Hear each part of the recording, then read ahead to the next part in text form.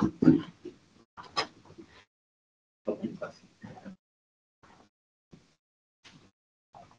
bonjour à tous, Nicolas Villain, je suis chargé d'études bien-être animal dans l'équipe bord des chambres d'agriculture de Bretagne.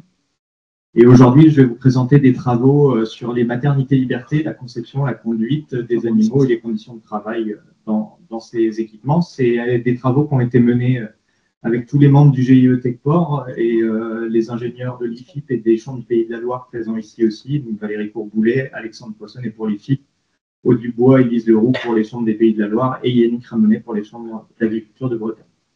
Et c'est des travaux qui ont été également financés par le LIT, la région Bretagne et les fonds CASDA. C'est le mauvais sens. Donc, pour replacer un peu de contexte, on est dans un cadre de toute façon actuel de fortes attentes sociétales et particulièrement sur la contention.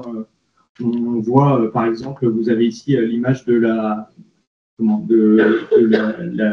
l'initiative citoyenne européenne End the Cage Age, qui a reçu plusieurs milliers de signatures à l'échelle européenne. Et donc, on se place dans un contexte aussi où, depuis les années 60, les fruits sont toujours bloqués en maternité, donc pour des questions de performance, donc pour éviter les risques d'écrasement et pour des questions de conditions de travail, donc d'efficacité et de sécurité de l'élevage.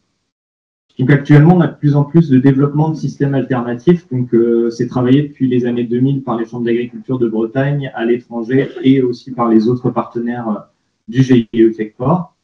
Et en élevage en France, on voit que depuis les années 2017, on a de plus en plus de cases en France. Et au dernier décompte qu'on avait pu faire au SPACE 2022, on était à plus de 10 000 places installées dans les élevages en France, et ça représentait 75 à 100% du matériel vendu suivant les équipements. Donc actuellement, on n'a pas de réglementation sur la maternité-liberté en France, donc ça a un avantage, c'est que ça permet des adaptations possibles, et on le voit à travers les nombreux modèles de cases qui sont présentés au SPACE.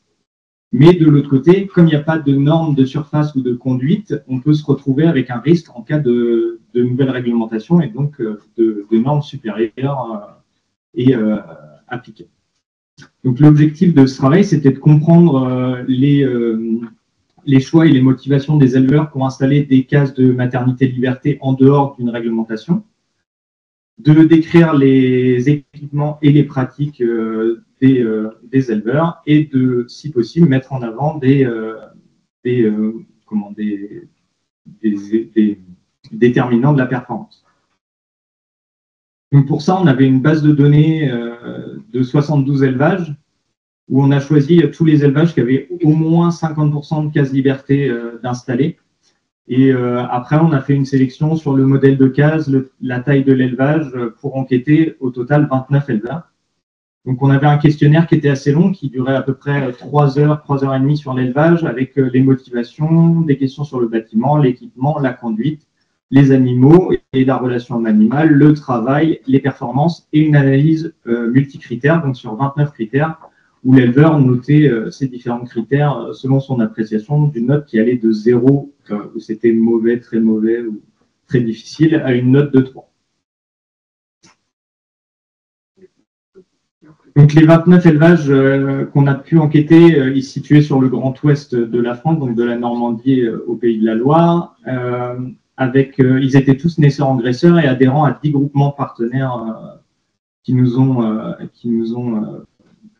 aiguillés vers ces éleveurs. Donc, ils avaient environ 2 à 3 ans d'expérience, donc entre 3 mois et 6 ans, et en moyenne 250 trucs.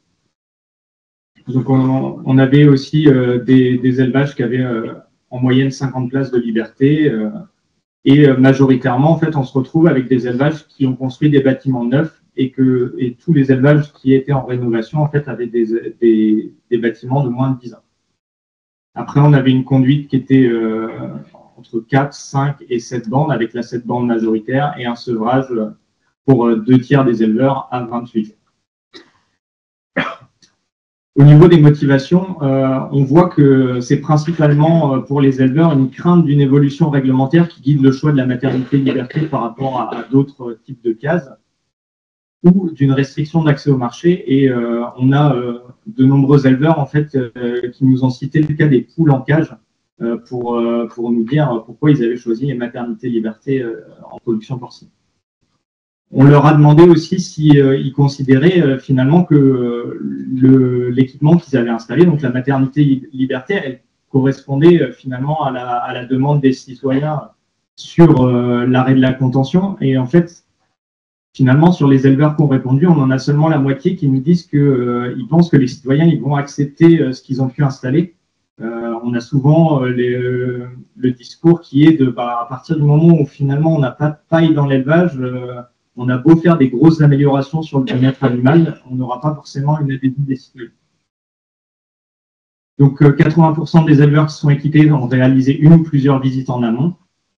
Et après, on avait des éleveurs qui étaient plutôt dans des craintes au moment de l'équipement, donc crainte de perte par écrasement ou crainte de difficulté de gestion de nouveaux systèmes ou de la sécurité.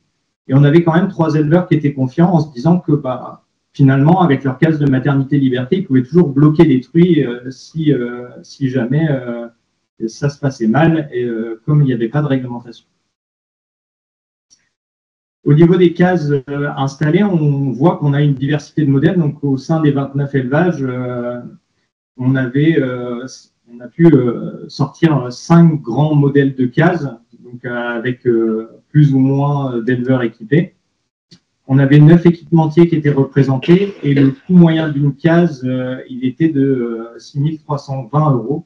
Donc, il faut se méfier de ces chiffres-là parce que c'est des chiffres finalement pour des installations de cases qui avaient lieu plutôt entre 2017 et 2023. La surface moyenne, elle est d'environ 6,5 m² avec 4 m² disponibles pour la truie. Et au niveau des critères de choix des cases, en fait, on voit que c'est des critères de choix sur l'utilisation de la case et sur les conditions de travail qui vont être choisies. Donc, facilité d'utilisation, visibilité sur les animaux, des critères de sécurité ou des critères de solidité, et aussi plusieurs éleveurs qui nous ont dit qu'ils avaient choisi un modèle de case particulier pour l'espace qu'ils laissaient disponible pour la truie. Au niveau de la conduite, on a posé aux éleveurs la question de savoir si l'adaptation finalement à ces cases, autant pour eux que pour les animaux, avait été immédiate ou avait pris du temps. Et on voit qu'une grande partie des éleveurs en fait, sont toujours en expérimentation pour trouver la conduite la plus adaptée à leur élevage.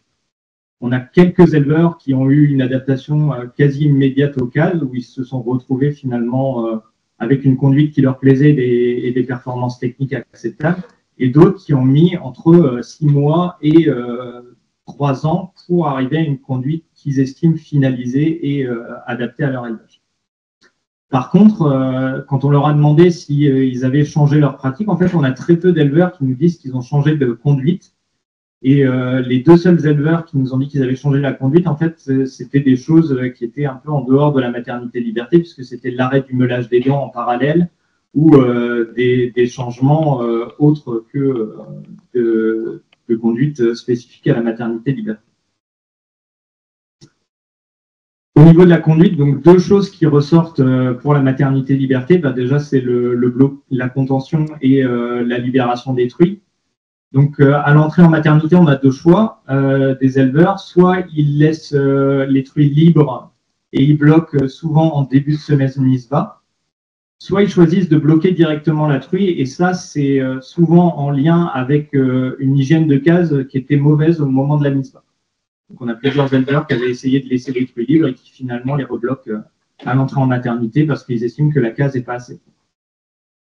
Au niveau de la libération moyenne, elle a lieu à 7,7 jours, mais ça cache une grande disparité en fonction des élevages. Donc, ça va entre pas de contention du tout pour un élevage à une contention qui dure 20 jours pour un sevrage 28 jours.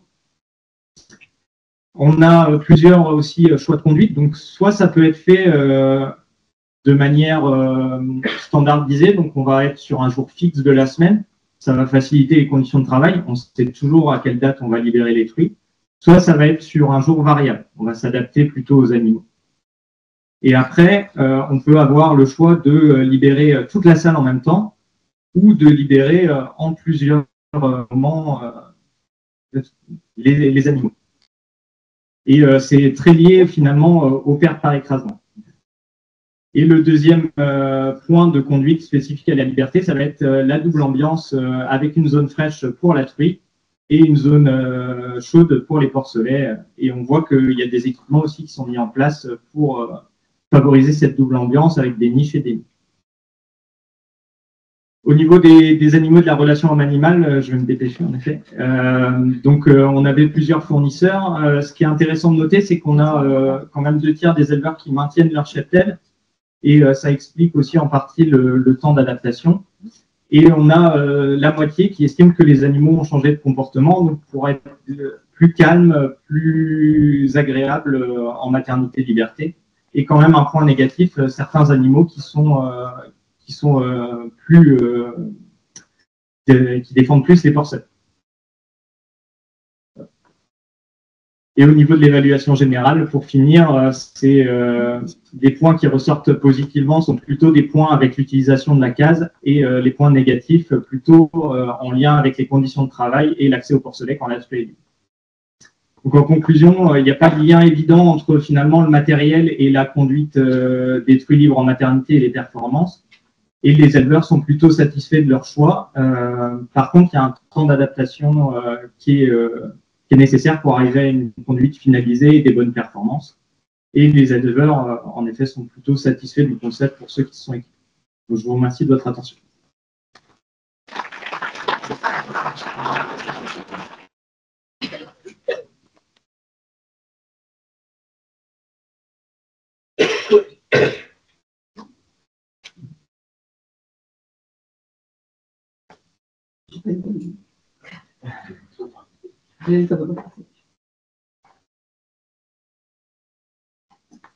Bonjour à tous. Donc, je vais poursuivre en fait sur cette question des MISBA, des maternités liberté, en m'intéressant en fait moi plus particulièrement à ce qui se passe autour de la MISBA et de l'allaitement. Et on va regarder en fait un peu plus précisément comment se déroulaient les MISBA et les allaitements dans les maternités liberté. C'est un travail donc, qui a été fait à la station expérimentale de Romilly à Romilly en collaboration avec Sylviane Boulot. Alors, quand on parle de maternité liberté et de MISBA liberté, on n'est pas clairement dans la MISBA liberté, on est dans, vous l'avez vu en fait avec Nicolas, on a en fait une période de contention quasi systématique dans les élevages et qui va être très très variable. On a vu donc précédemment que dans l'enquête qui avait été menée auprès des 29 éleveurs, on a 62% des éleveurs qui laissent les truies libres à l'entrée en maternité. Et la contention, en fait, elle peut se faire en début de semaine de MISBA, la veille de la MISBA, au début de la MISBA, voire parfois à la fin de la MISBA. Donc, on a des pratiques très, très variables. Et après, en fait, la MISBA, on a en moyenne, comme disait Nicolas, 7,7 jours de durée de contention. Donc, ça va de 0 à 20 jours. Alors, donc, on va parler de maternité liberté avec MISBA bloqué, donc, vu qu'on a donc, quasiment systématiquement des MISBA qui se passent en contention. C'est juste pour repréciser un peu les contours. Alors, ça ne veut pas dire pour autant en fait, que ça va se passer de la même façon dans une case de maternité liberté ou dans une case standard. En fait, quand on passe d'un système à un autre, déjà, en fait, on augmente la surface de la case. Dans la case de mater standard, on est plutôt à 4,5, 4,7 mètres carrés. Sur des cases de mater liberté, on va être au-delà, en général, de 6 mètres carrés par truie. Et donc, derrière ça, en fait, on a une mobilité des animaux, des porcelets, des interactions qui sont facilitées avec la mère. Et on a aussi, en corollaire, quelque chose d'important à gérer, qui est la gestion des températures, avec donc nécessité d'avoir des zones de confort à la fois pour les porcelets et pour la truie, des zones de température différenciées. Et donc, un des grands enjeux des MISBA liberté, c'est de créer des zones de confort pour le porcelet, dans lesquelles il soit protégé de la truie, et de favoriser l'accès à cette zone de confort. Alors, en fait, l'autre point des cases de MISBA liberté qui est soulevé souvent, c'est la problématique des écrasements et des pertes potentiellement plus importante par rapport à un système standard. Alors, jusqu'à présent, la question des pertes en maternité, on l'a toujours dans les élevages. Une des solutions, parmi les nombreuses solutions de suivi d'élevage, de suivi des truies pour réduire en fait, ces problèmes de perte, ça a été jusqu'à présent dans des cases standards d'utiliser des cases balance. Donc, il y a un certain nombre d'éleveurs qui sont équipés. L'intérêt des cases balance, en fait, c'est en fait de réduire les pertes par écrasement des porcelets du fait de la plateforme mobile qui va monter et descendre lors de l'activité des truies. Et donc, il est tentant en fait de se dire, si on a plus de pertes avec des cases mises à liberté, peut-être qu'on peut réduire au final en fait la somme des pertes en utilisant des cases balance sur la phase de contention. Et donc, c'est ça qu'on a essayé de tester à relayer en comparant 3 systèmes. Donc, on a en fait 2 maternités de 24 places qui sont équipées de cases de maternité de liberté de 6 mètres carrés 25 et qui sont également équipées donc, de cases ascenseurs. Donc, en fait, nos salles de 24 truies, en fait, on a mis 8 cases qu'on a fait tourner en case liberté, donc avec sol fixe, et 8 cases qu'on a fait tourner en case liberté avec le sol mobile, donc avec la fonction ascenseur activée. Et on a comparé ces systèmes donc, au système standard. Donc pour ça, qu'est-ce qu'on a fait? On a pris la case liberté, on a soulevé le capot et on a réduit en fait la surface de la case par une paroi dans la case pour se rapprocher des conditions standards d'élevage. Et donc on a mis des caméras et on a regardé ce qui se passait au moment des allaitements, au moment des mises bas, au moment des allaitements et au moment de l'ouverture de la cage. Donc, on a déjà regardé ce qui se passait en termes de durée de mise bas. On se rend compte, en fait, là, on voit des chiffres qui semblent assez variables. On a, en gros, des durées de mise bas sur nos truies qui étaient de l'ordre de 3 heures. Et il faut compter une heure de plus qu'on passe en liberté ou dans les cases ascenseur liberté. Et ces différences sont importantes, mais elles ne sont pas significatives. Alors, si on regarde un petit peu dans les détails, vous avez ici, en fait, toutes les truies qui ont été reprises. Donc, on a entre 20 et 25 truies par traitement qui ont été suivies. Et vous avez la durée de mise bas ici. Donc, vous voyez qu'au départ, en fait, on a des durées similaires, mais on a, en fait, des truies à la fin qui ont des durées de mise bas très importantes, que ce soit, en fait, sur le traitement, sur les cases ascenseur liberté ou les cases liberté. Alors, la question, c'est pourquoi. Donc, on a des hypothèses, mais c'est des hypothèses qui restent à creuser, en fait. On sait que l'intervalle entre le dernier repas et la mise bas joue sur la durée de mise bas. Donc, c'est peut-être un effet de ça, mais il n'y a pas de raison que ce soit différent d'un traitement à l'autre et d'une truie à l'autre. Enfin, d'un traitement à l'autre, pardon. L'autre hypothèse, c'est est-ce qu'en fait, on a un effet du délai entre le début de la contention et le moment de la mise bas, sachant qu'en fait, les truies étaient libres en maternité, elles étaient bloquées le lundi de la semaine de mise bas, et ensuite, donc, en fait, on a libéré les truies 5 jours après la mise bas. Donc, en fait, les truies qui ont mis bas en début de semaine, forcément, on y va très rapidement après la contention, et on sait qu'en fait, le stress peut avoir des effets sur la durée de mise bas. Donc, ce sont des choses en fait à creuser. Pour l'instant, on n'a pas suffisamment de répétition d'éléments pour pouvoir apporter des réponses précises sur ces hypothèses. L'autre point qu'on a regardé, c'est l'accès en fait des porcelets à la mamelle. Combien de temps en fait après la naissance ils mettent pour accéder à la mamelle, avec donc un certain nombre d'hypothèses. Donc pour ça, on a suivi toujours nos animaux. Et on a regardé en fait le temps que mettait le premier porcelet, le 5e, le 9e et le 13e, voire le 12e, quand on avait une taille de portée de 12, à accéder en fait à la mamelle. Alors, on se rend compte en fait que il n'y a pas de différence entre traitements. En fait, globalement, le temps d'accès est le même entre chaque traitement. Ce qu'on voit, c'est des différences en fait entre porcelets. Les premiers porcelets, les derniers porcelets mettent en moyenne plus de temps à accéder à la mamelle que les autres. Autre point qu'on a regardé ensuite,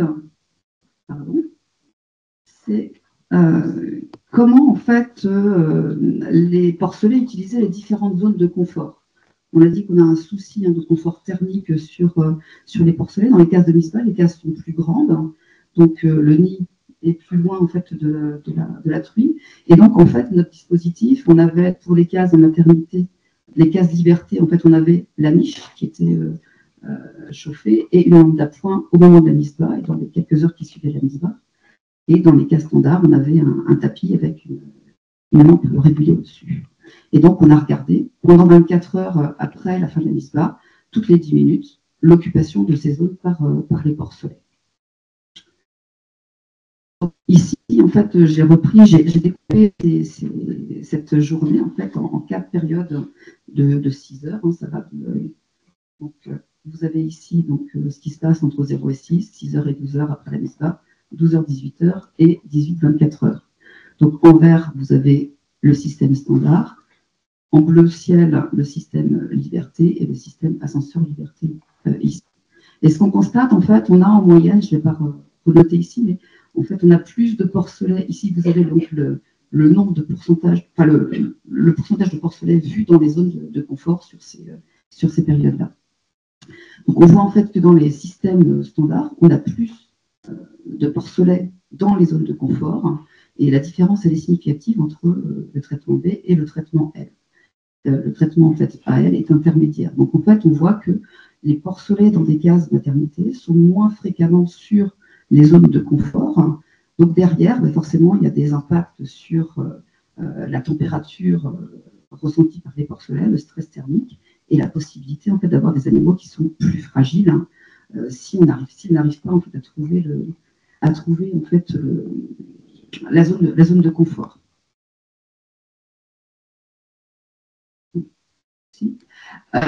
Donc, ce qu'on voit par contre, c'est que la zone de confort augmente au cours du temps. Et l'autre point important, en fait, j'ai mis en fait en rayé ici la partie lampe intermédiaire et ici le nid. Vous voyez bien en fait que les porcelets en fait vont assez tard, vont très peu dans le nid au départ, et donc privilégient en fait une zone intermédiaire de confort. Et donc le problème qui peut se poser derrière ça, c'est que en fait, si les porcelets ont froid, qu'est-ce qu'ils vont faire? Ils vont se rapprocher de la truie. On voit des porcelets qui sont très très près ici, avec des risques aussi pour les animaux. Donc rapidement, qu'est-ce qui se passe quand on ouvre la cage? On a regardé le nombre d'allaitements. Ça ne diffère pas entre traitements. On a autant d'allaitements avant l'ouverture. Donc J5, c'est avant l'ouverture. Le matin, pendant 4 heures, on a regardé 4 heures le lendemain. L'ouverture des cages était ici. Et on a regardé 3 jours plus tard. On n'a pas de différence entre traitements sur le nombre d'allaitements. Il y a juste pour les truielles qu'on a une augmentation en fait, du nombre d'allaitements. Et on n'a pas non plus de différence entre traitements sur la durée des allaitements, mais elle réduit au cours du temps. Donc on me dit d'arrêter, donc je vais arrêter.